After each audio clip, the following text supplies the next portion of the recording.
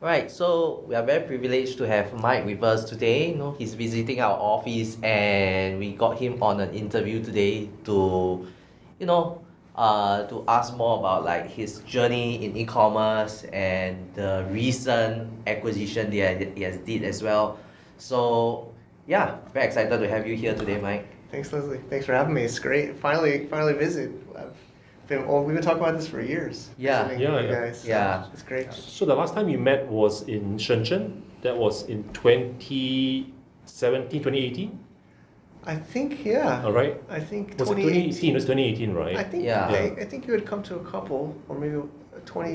I think Leslie came for the 2017 one. 2017, and then there's 2018. Right. Okay. So by then, that would have been your third one already? Third one, yeah, Okay, 2018. 2018. 16, 17, 18. So that was third. 2018 was in Shenzhen. Yep, Shenzhen. And then 2019 was in Guangzhou. Guangzhou. Right. Then there was kind of like a unofficial break. Yeah, the COVID break. Right. Now right. it's like BCAC, before coronavirus, after coronavirus. So that was like, we started like 4 BC, Yeah. and now we're 2 or 3 AC. Right. So, but what led to this entire thing started? Because by the time I attended it in 2018, it was really very well established, really well run. A lot of great speakers, right? But how did it kind of all begin, right? Sure, I think it started. I always loved doing events and community. Mm-hmm. Yeah, I think since I was in high school, I was doing the organizing the school dance in high school. I was I was a class president all 4 years of high school. Right. And one of the main jobs is school dances. Mm-hmm. And I just like to bring people together. Mm-hmm. Also startup weekend. I did startup weekends in China, all around China. Okay.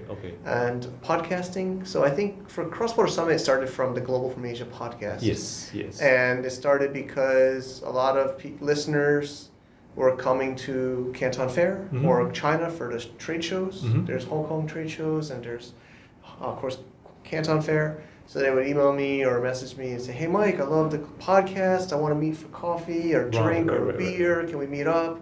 And then my wife's, she's the real brains, honestly. I'm more I'm maybe the face or You're the beauty. I like to say the artist. I'm the artist. I think.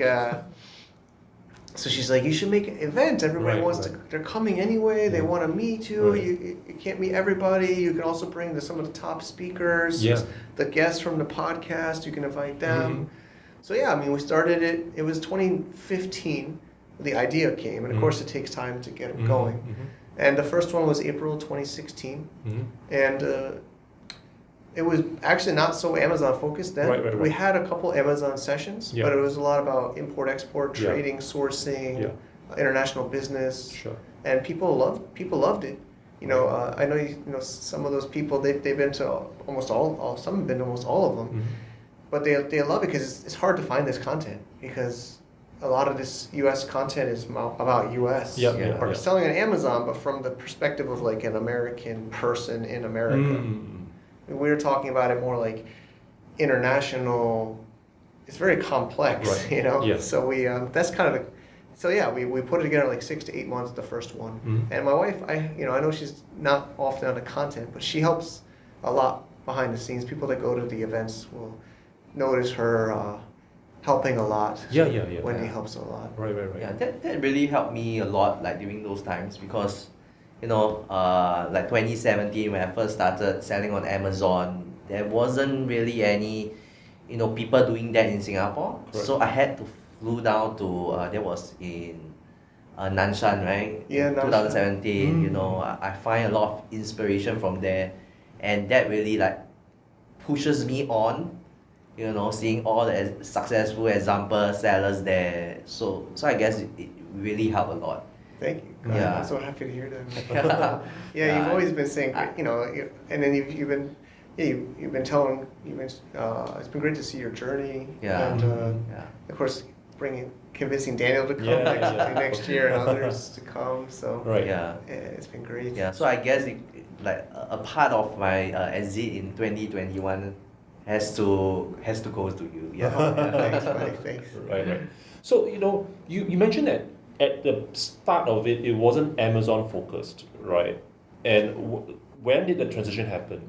Yeah, 2017. So 2016, we had there was definitely one very clear one called Amazon panel. So we had like Mayor, Chris Davey, Wilson Blues, some of these. They're not so famous overseas, but in our circle we're like pretty popular active sellers. Yeah, they're good sellers. And they're like the real results. They're the doers, right? They're maybe not the most famous on the internet, but they're executing and growing businesses. So of course people were really interested in that, and of course there was other topics about selling online, e-commerce, B2C, but the feedback was we need more Amazon. Right. 2017 got really focused on Amazon. I think it was 2 tracks. Okay. We tried tracks, but the Amazon room was just full. And the other room was like, okay, we got to try to bring some people into the other room. I remember you got down like Brian Johnson. Brian. Those people. They are pretty high profile in the industry. Yes. I mean, they also were happy to come to China and to Asia. To explore, right? Yeah. To see. And you did it in April because it ties in with the first part of the Canton Fair, right? Because Canton Fair is twice, right? Yep. Yeah. So I think that's really strategic, right? Then, and back then, were you more focused on like event organization? Was that the core part of your business, or were you really actively, right, running like a 3PL, as in a private label? Yeah, I mean, I guess we can dig into this. I've been a seller on and off. At that time, I was not an active seller. Okay. I was actually, I think at that time I was just kind of transitioning out of a CPA company. Right. I have originally Global from Asia was about opening a Hong Kong company. If you go back to the first 10 or 20 episodes, we were interviewing people because people want to know how do I move my business from like US to Hong Kong or Asia or China. Right. A lot of people think so I was actually doing an agency for Hong Kong business, but that got really difficult because of the banking and the policies. So the event was actually like a transition, and I was trying to do community full time. Like, actually, Wendy was talking to Leslie before the recording. That's really hard. It's so much work and there's not much money, or at least it's not good for me because I don't have the Lambo. Right. I don't have Lambos behind me, and I'm not always so real, right? And stuff like all those shifting and stuff. I've been following your awesome. So I guess I don't sell the hype. Right. But we've at that time we were I've tried and failed the membership. I tried to launch membership a couple of times. I haven't. Of course, there's been some members, but it wasn't like enough to really sustain itself. Right. And events, trips. Right. But I think especially it was actually somewhat revenue. Maybe it wasn't making us rich, but it was able to sustain the team. Right. But at that time, we were kind of heavy on the community. We were trying to open up chapters. I think we had some meetups in maybe Singapore, Hong Kong, throughout China. And actually, after everybody's so excited, especially right after Cross-Border Summit or any kind of big event, we were almost gonna do it in Colombia. Wow. Okay. I went to Colombia. Right. But I don't know if Esteban is his name, but he was like, "Oh, we got to do this in Latin America. We got to bridge China and Asia with Latin America." Right.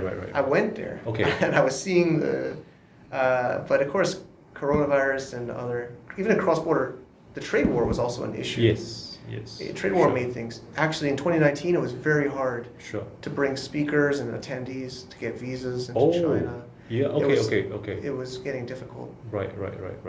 Yeah, I kind of asked that question because I wanted to segue into asking you what made you want to, invest more of your energy towards a private label right now. You know what I mean? Yeah. So that kind of like I was kind of asking that to ask this question. Well, maybe before you go into that, right? Yeah. Sure. Yeah, because I heard your story about like like your very first story when before coming to China, you were doing these things. It kind of really like amazed me because you are always ahead of the curve, and even for the things that you are doing right now. Maybe we can talk more about that later. Yeah, maybe you can start from there, and segue into like your events and right now your private label stuff and some of the Web3 things that you are doing. Yeah. Okay. Yeah. So, I guess, the very core of it, I thought I had to. Well, actually, I didn't want to be. I went to engineering school because of my dad. and he wanted me to be like a .com programmer. Like him. All of us went to engineering school. Oh, you all did. So I guess I could have pushed that away, but it was, but I want to do business. I always Right. want to do my own business. Right. I don't know why, because nobody in Okay. my family was an entrepreneur. Right, Nobody in my circles was an entrepreneur, but I just sure. felt like I wanted to do my own business. So I didn't know what business to do. Okay. And I was in Wall Street working, Mm-hmm. and I started helping my friend do marketing for his app. He did an app, Right. but he wouldn't let me be a partner. Okay. He says, no, I can pay you consulting. He's paying me. I didn't buy any money. We're all working on Wall Street. Like, Mhm. I was doing it because I wanted to build a business. Right. So then I saw an ad on my Yahoo mail. Free lunch, learn how to do e-commerce, or learn how to sell. And I invited my roommate, and we went to this luncheon. And it's kind of like a high-pressure sales pitch. Sure. Yeah. Right. Yeah, and I'm like, I turned that off. I'm like, I'm not going to be a sucker. But actually, we left, and my friend Andrew and I, and then we just were like, you know what? Maybe this is overpriced. Maybe this is, but it had everything. It was like the shopping cart, the merchant account, the dropship program, the CDs. This is 2000. The CDs. 2004. The CDs. right, Yeah, right, they would right. mail it. It's to not you. a cassette, right? Yeah, no cassette. It was CDs. How to do PPC on Overture. Right. And so we said maybe we're gonna pay too much, but it's everything we need. We can just get started. Okay. So we signed up, and he was logistics and operations, and I was like marketing and the technical. And school of hard knocks, man. School of hard knocks, like made almost every mistake. Right. But honestly, I remember doing AdWords, or it was actually Overture at the time, and penny bids, getting sales. I just took a keyword list off of keywordtracker.com. Right. I remember this, 2004. Any keyword list, I would just directly upload it, put minimum bid on all penny, just 0.01 you could do, Yeah. and I would wake up and I had sales. Right. Wow. Right. Wow. Okay. It was crazy. I don't even know how. And then I started doing eBay, and then I started learning, but I was drop shipping, Sure. and I had supply chain problems, and I Sure. wanted to do my own. See, I didn't know about private label, Yeah. but I wanted it to go to the factory. Right. Right, so I went through the chain. I went to wholesalers, and then I was trying to go to distributors and factories, Alibaba, Global Sources, Canton Fair, hating my job, wanted to do my own business. Basically led me to kind of putting my notice in my corporate. Yeah. But this is so rare, right? Like, I mean, people go to China to source for things, but you stay there, right? I remember I was talking to this other guy, Mike Bellamy, another expert, kind of generation before me, and he's like, you could live here. Because I was asking him all these questions, and I was preparing to go back to the U.S. Right. And he's like, I was like, I don't know if I can finish all this, because I was there for like 3 weeks. Yeah. He's like, oh, but you could just stay here. Mhm. And I'm like, that was like a mindset shift. Yeah. I was like, I can live outside of my home country. Right. Like, I didn't really understand that. Mhm. Like, this is still early. Like, I think that's 2006, 2007. Yeah. And so, yeah, I said, I didn't think I would live here, but I said I'll spend 6 more months. Yeah. So that 6 months turns into 6 years, and 6 years turn into forever. Yeah. And another part about maybe to him was, to his questions, I started a personal blog. When I quit my job on Wall Street, my friends, we're all making 6 figures at that time. Right, And I was like 23, 24. And they're like, oh, I'm so, maybe they're a little bit older, but they're like, I want to quit, but I don't have the courage to quit this Yeah. money. Right. You should make a blog and share your experience. Right. And someone says, yeah, one other guy's like, shh, it was on Wall Street. So one guy's like, yeah, share so that when I find out you IPO, I can short it to zero. What kind of friend is that? Wow. What kind of friend is that? Tough love. Yeah, tough love. But so the blogging is what I liked. Yeah. I loved I was so scared, but basically I started sharing my journey. Sure. And that's actually what helped me get clients. I started helping sourcing. Because Oh. people would say, I even used MySpace Okay. before Facebook. They said, oh, I see you're buying from China. Can you help me? Right. And I was buying it from my own e-commerce, Okay. but then I figured I could start a service. Sure.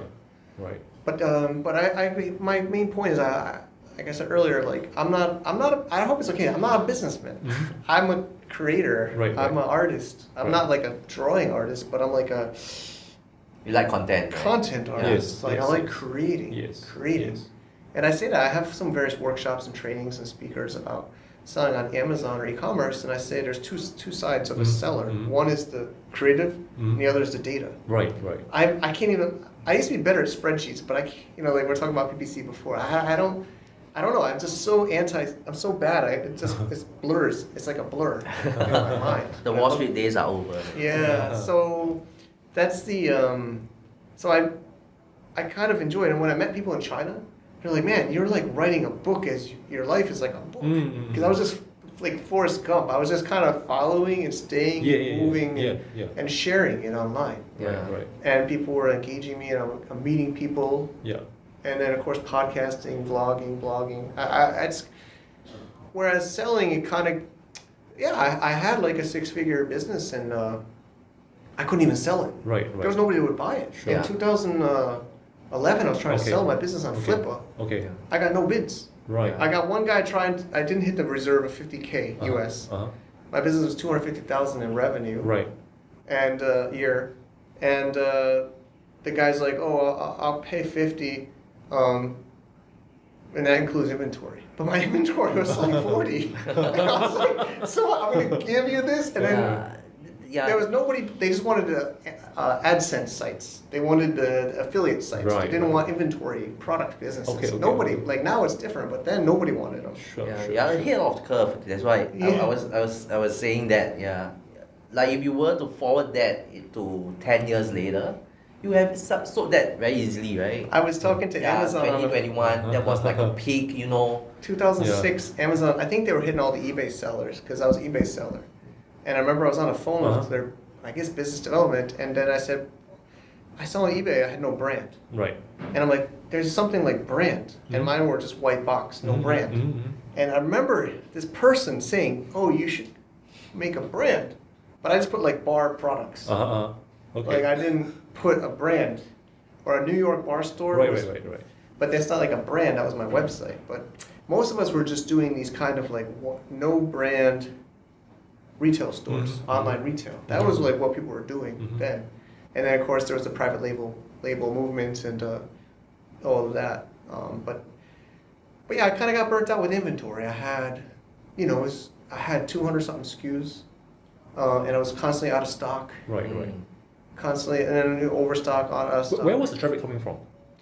So I was doing multi-channel. I used Channel Advisor. Okay. And I was doing eBay, website, wholesale, and Amazon. Okay.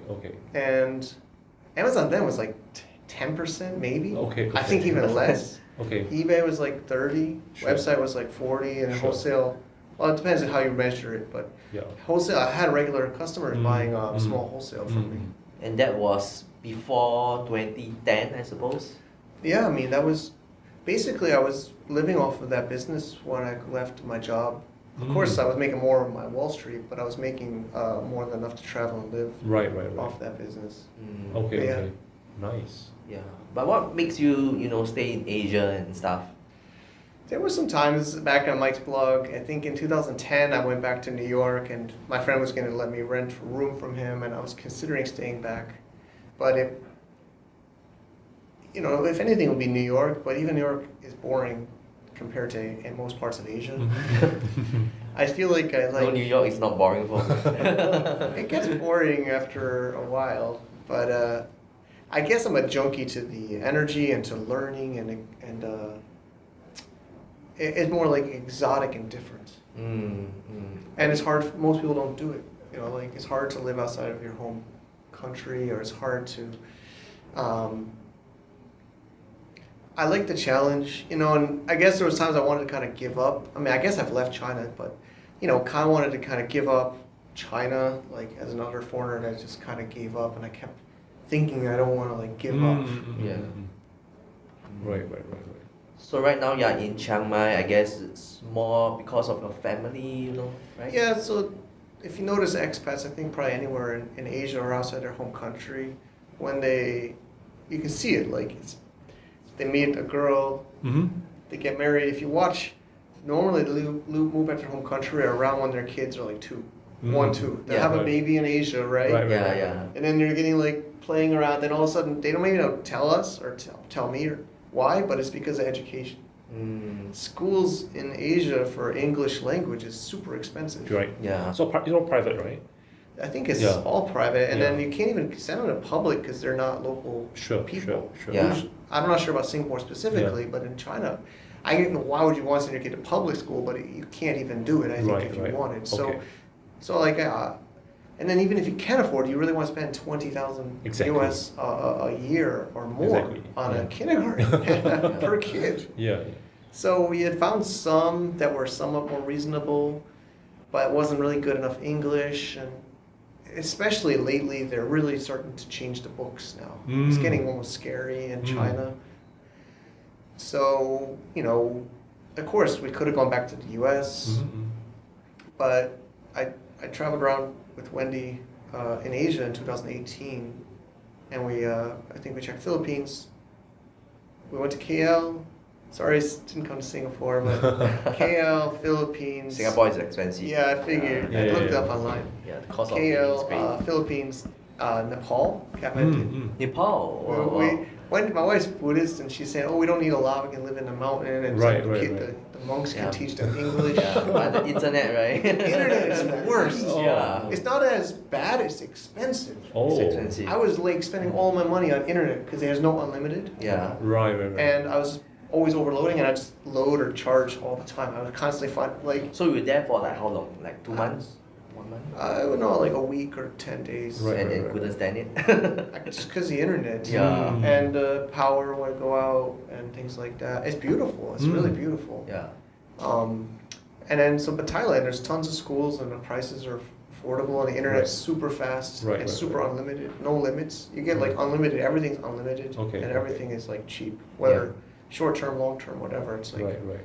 so Thailand, I still see most of my friends picking that. Some pick Malaysia because but there's less. Also, it's about the visa policies and immigration policies. Yeah.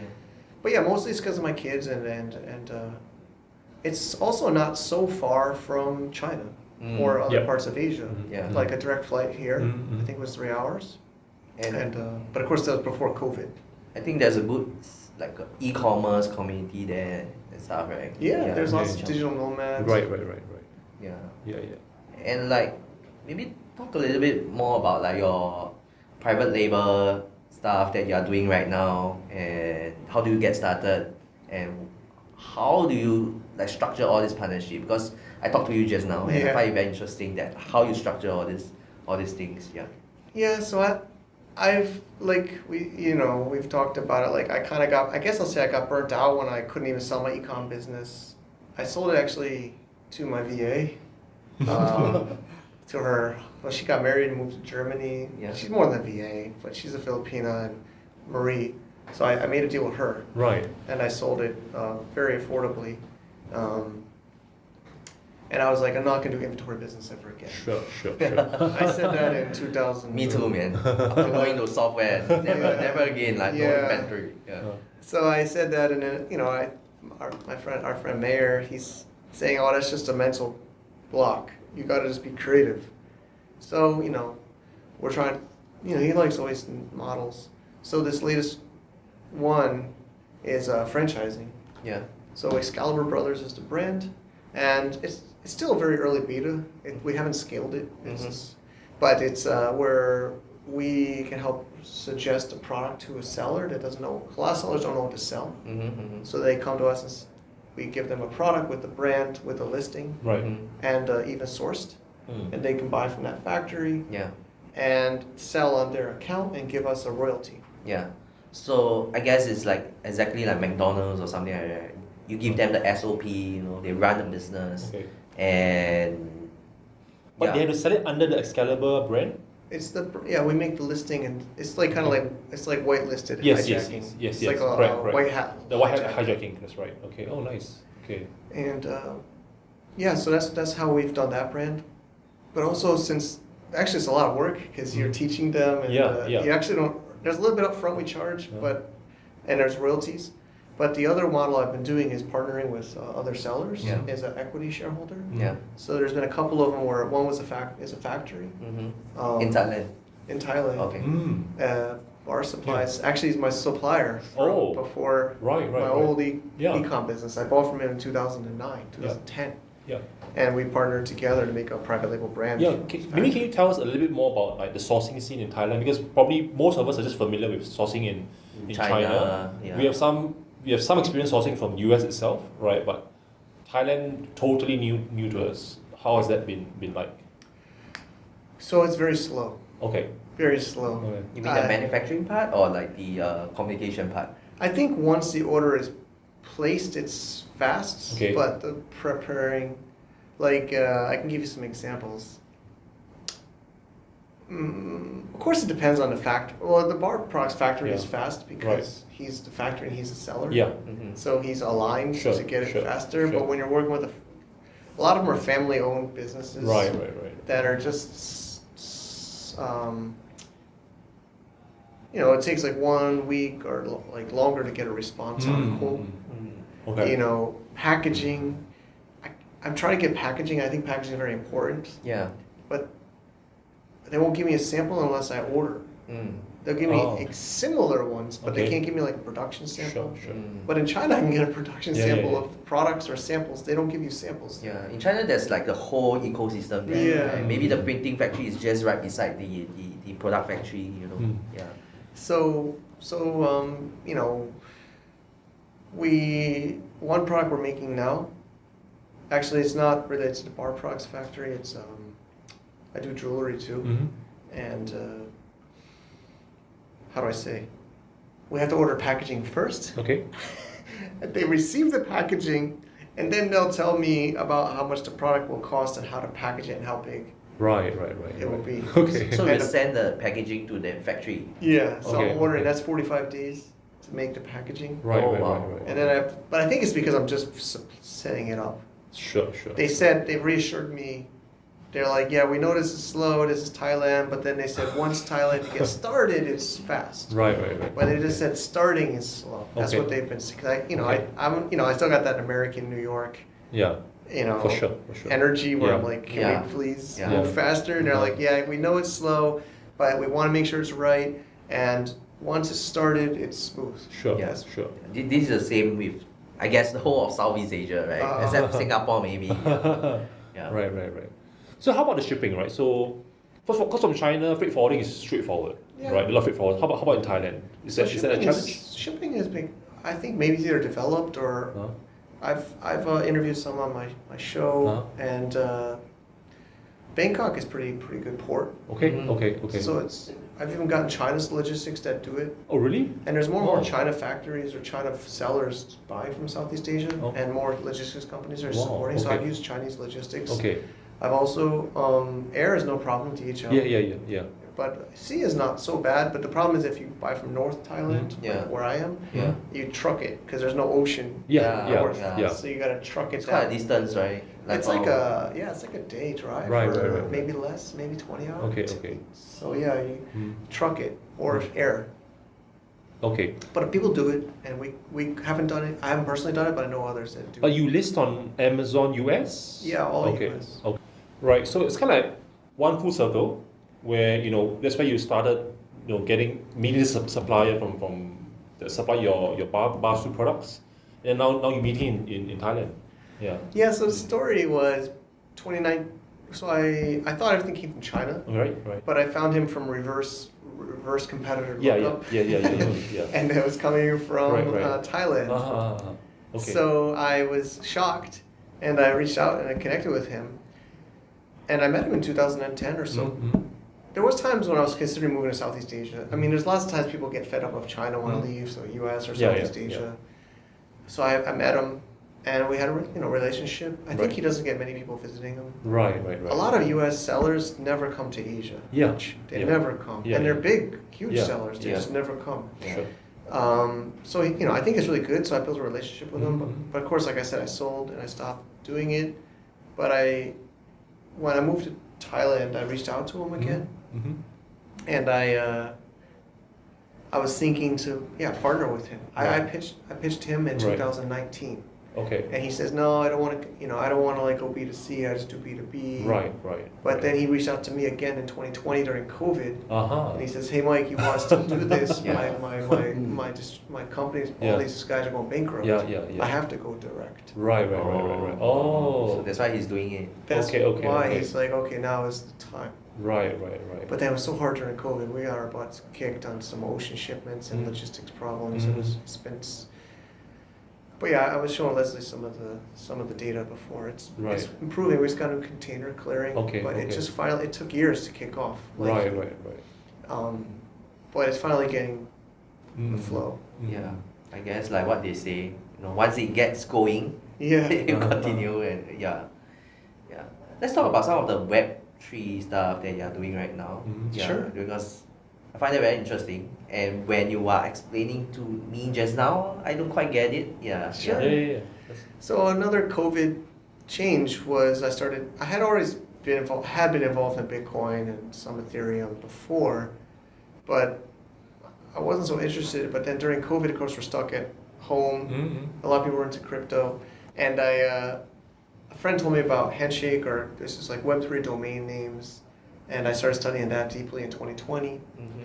And I think me as a content creator. I started a whole new channel called Sky Include. Right. It's online, so we have hundreds of videos, and I documented my journey learning that. Okay. And it led me to do online events for the community, Oh. and it led me to knowing some of the main creators of the blockchains. Sure. I met investors. So you know Satoshi? No one knows that. These newer chains, smaller chains. There's lots of different okay, chains okay. now, but yeah, I wish I knew Satoshi. But I felt like I was living two lives. Right. So I was doing, but also it's COVID. Like, remember the shipments stopped. Inbound shipments to Amazon was stopped. Yeah. Certain categories were totally destroyed. Hmm. So I was selling masks a little bit. I think this was after masks. I went into crypto in 2020. I think I did masks for like a bit of 2020, and then I went to crypto. And I was always intending to bridge that with e-commerce. Like a lot of the blockchain names I got and things was always about cross-border trade, e-commerce. But I didn't know how to do it. And then as I was doing these, I do a yearly conference called HandyCon, which is like Handshake conference. Mm-hmm. And I've done 3 now in March. And after the third one, which is just this past March 2023, one of the creators of Handshake and the co-founder CEO of Purse, when I started talking, he's like, I didn't really cross-pollinate. The people in Handshake and Web3 didn't know I did Amazon and e-commerce. Right. Mm. And the people in Global from Asia and e-commerce didn't know I did crypto. Yeah. But in 2023, I started to kind of just Mhm. talk about both of them to both sides more. And so he started seeing that on my content. Sure. So he says, hey, we have an e-commerce project, Purse. I don't know if you know about it. I'm like, yeah, of course I know about it. He's like, we're looking to go to a new way of doing it. Right. And we don't know, actually we're programmers, and we are, crypto people, but we don't know e-commerce, we don't know how to sell on Amazon, we don't know sellers, we don't know Asia or China or sourcing. Right. And, you're a really, we like you, and, seem to know those things. So we've been talking a lot in 2023 to join forces and create a new iteration of that project. So Purse.io lets you buy on Amazon with Bitcoin. Right. Mm. Okay. But it's a tool, Okay. and it's been going for almost 10 years. Right.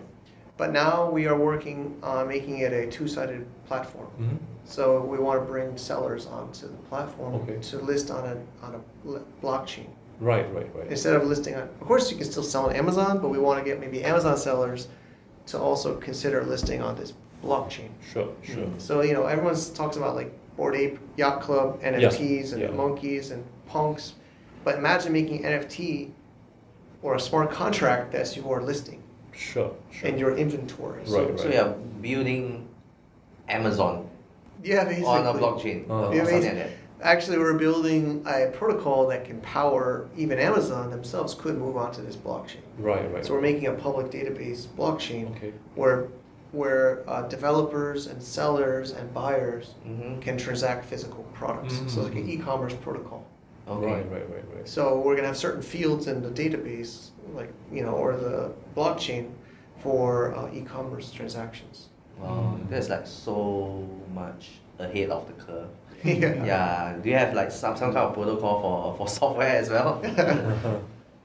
Look into. I mean, there could be software. We're gonna need people. We're gonna need analytics tools and data tools to be built onto this blockchain, so people can build tools, because it's gonna be a similar ecosystem as Amazon, except instead of using their API, Right. you use a public database, Right. right? Because APIs and blockchains, is one's closed, one's open. Yes. Right. Yes. You're technical. Right. So we're gonna allow anyone to build on it, anyone to sell on it. Right. Well, there's gonna be some issues about selling. We're gonna make it a DAO, so you can get blacklisted as a seller. We don't want to let people sell like drugs. Sure. So we're gonna have like blacklists and Okay. things. We're not gonna Okay. be like totally open. Right. We want it to be like a mainstream Mm. e-commerce platform. Sure. We're not trying to do like an underground black market thing. Right. We're not trying to do. Some people say, "Oh, you're just making a new Silk Another Road." Silk Road, right? The main difference is it's going to be on Web3, more Ethereum. I know I like Bitcoin, but it's going to be more on Ethereum. Sure. And meaning, so the difference is, there'll be like DAOs and voting, and there'll Yeah. be some ways to blacklist people. Right. Okay.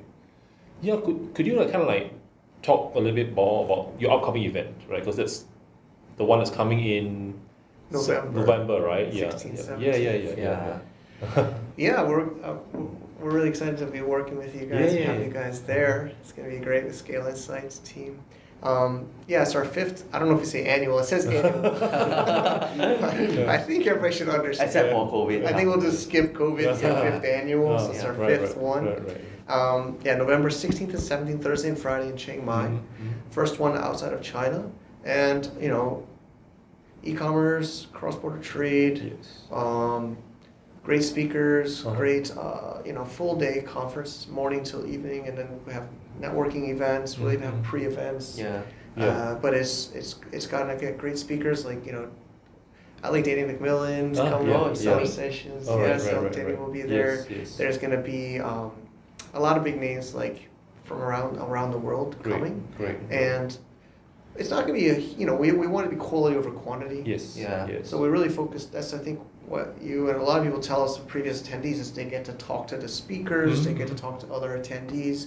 We have application process to know your background. Want to make sure it's not like newbie. It's not for newbies. Sure. It's for experienced sellers and traders that are wanting to network and connect Right. with each other. We also decided some years we recorded, but we're not going to record because we just feel like you won't watch the recording anyway. Yeah. Right, and then Right, they're right. gonna not pay attention, or the speaker is gonna not say something because there's a camera right now recording them. Yeah. We want to get that stuff that we think that's the benefit of a live event. Correct. Is the stuff that's not recorded. Yes. And And I know you always try to keep like the tickets super affordable, right? Yeah. This is something that is going to be like super affordable as well, right? Yeah, so there's tickets. Of course, we're gonna have different early birds. But yeah, we have the general entry, which is I don't want to say exact price, but it's definitely an affordable ticket price, Sure. which you can check at crossbordersummit.com. Right. And we're actually adding more benefits to people to purchase earlier, Right. to give incentives. Yeah. Okay. Yeah. Yeah. Yeah, I look forward to it because this is going to be my second time to Chiang Mai, and every time I go to Chiang Mai, I love it a lot. The food, the weather there is good as well. Much better than Singapore, yeah. Yeah, well, a direct flight too, so Yeah, it'd be great. Yeah. I think the biggest takeaway I had from this entire story is I felt like I was vicariously living your journey in just this like couple of like tens of minutes or so. I think the biggest takeaway I had is that you're a really patient person. You are willing to grind it out and see it to fruition. I think that's really admirable. Wow, thanks. Yeah, right. So I do have one question to ask, right? Maybe kind of like a wrap up question, right? So now that you have kind of like told us your journey in a nutshell, right? If you could go back and tell your younger self one advice, right? What would you have told your younger self to do, right? This is in the context of maybe people looking to make that leap, right? And then we'll make sure that we send this video to the guy who wanted to short you and said, no, this is the advice. This is the advice that you're still stuck there. Look at me, right? Sure. Let's make sure he gets that video. Sure. Don't come to Asia. So it's somewhat of a joke, but I think it's true. Like, trade all my USD for RMB, buy real estate, learn Chinese Buy real estate where? in Shenzhen. In Shenzhen. Oh, okay. Came there in 2007, Yeah. and I could have bought an apartment because they let foreigners own one in your name Right. legally. Okay. And I had savings, like I saved from Wall Okay. Street. Like Okay. they joked at me, they made fun of me on Wall Street because I would eat peanut butter and jelly on the floor. They would order like pizza. I mean, it was good, right? You know, Yeah, New York yeah. pizzas. Yeah. But I made good money, but I Okay. would still eat peanut butter and jelly. So you are very frugal in that Yeah. sense. I called it the FU fund. Yeah. On eTrade.com, I got 4 or 5% money market interest on my and you can nickname it FU fund. Yeah, and I just put everything into Nice, that, all nice, these, nice. and so yeah, I had a decent, actually thought I was going to on MBA, Right. Oh. but then I figured, you know what, China's my MBA. Yeah. And even if I lose this, like, it's about $80,000. Sure. I said, even if I lose all of this, Yeah. it's like MBA. You will even be cheaper than MBA. Yeah, it's cheaper Right, than exactly, MBA. right. Yeah. Yeah. Okay. So I figured, no matter what, even if I lose it all, I'm gonna have way better Right, education. right. That's how I thought about it. Right. But of course, I could have probably converted it to. I kept it mostly in dollars, and I could have bought real estate. But then I probably wouldn't have lived my life the same, right? Because if I had an apartment in Shenzhen, I probably wouldn't have. Way harder for you to have that mobility, right? Yeah, I probably wouldn't have. So I guess I can't regret, but I mean, of course, it would have been, millions, Right. But yeah, learning Chinese, if I had known I was going to be in China or Asia for 10 years, Sure. I should have learned Chinese Mandarin. Right. I knew that, I was trying, but then I didn't know how long I was going to stay, and I was like, Sure. I can hire people to help me Yeah, and yeah, translate, so I didn't learn as much Chinese. So you can survive in China without Chinese at all? I mean, certain parts, and then, honestly, I've I gotten think so Shenzhen is good. still fine, right? You can throw me anywhere in the world, and I can communicate. You can communicate without words. Right. I've learned to communicate without words. Yeah. Right. Body language and Yeah, like you can, for most basic things, you can communicate without words. yeah. Right. And I've gotten, I think this maybe is a skill. But I guess back to what others, I do a lot. As you know, like I do a lot, and that's, I don't know if it's a strength or a weakness. And my biggest feedback is people say just do one, just kill the other stuff or give it away or sell it and do one thing. Don't listen to that. I don't listen to that. Right. I still don't listen to that. Okay. So I don't know. I just adjust what I do Sure. to work in that. Like I Right. find partners, Yeah. or I use community, Yeah. or so I just don't listen to that because I don't think I can do one thing, Right. only one thing personally. Right. But I guess maybe it's about knowing about yourself and just Correct. embracing who you are. Because I Correct. think I was resisting that for a while, and I was like going back and forth in my mind, like, Yeah. everyone says I have to do one thing, and I have to. But I think the other is building value, like building a brand. Whether brand is everything, Of course, I wish I knew private label when I started selling on Amazon, but nobody did. Even Mayer, all these guys, nobody knew private label. I mean, people were just selling white boxed, no brand products. Right.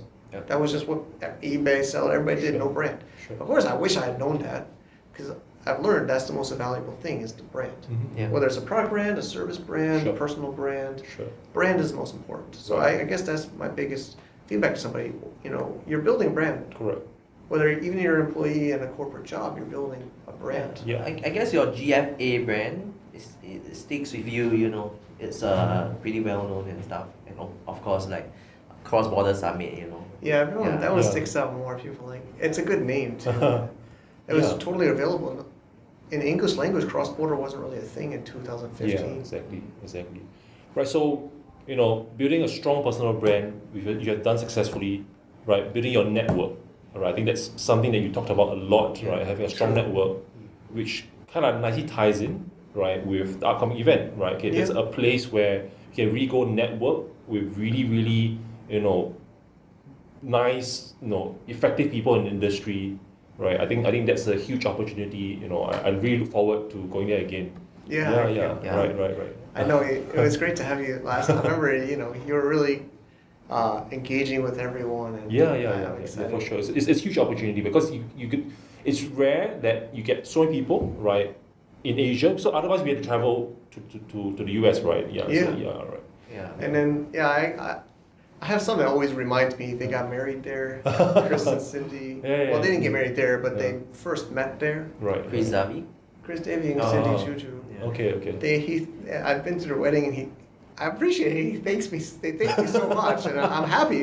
I mean, it's what I love to do is bring, Sure. of course, not matchmake that, Right. but bring people together. Yeah. And Right. there's business partners. So some people have made Amazon business partners. Sure. Yeah. They've partnered from meeting there. Right. Like, Right. and they've thanked me. I don't know if I should say their names, but they built and sold their brands. Right. They met at Cross Border Summit. Nice, There's nice, at least nice. one or two I've known that made partners from meeting. Right, Maybe not right. right away, but they met there. Mm-hmm. And of course, friendships and buy-sell relationships and such has been made there. It's like a deal-making event. Yeah. Right. People are there like to do business. Right.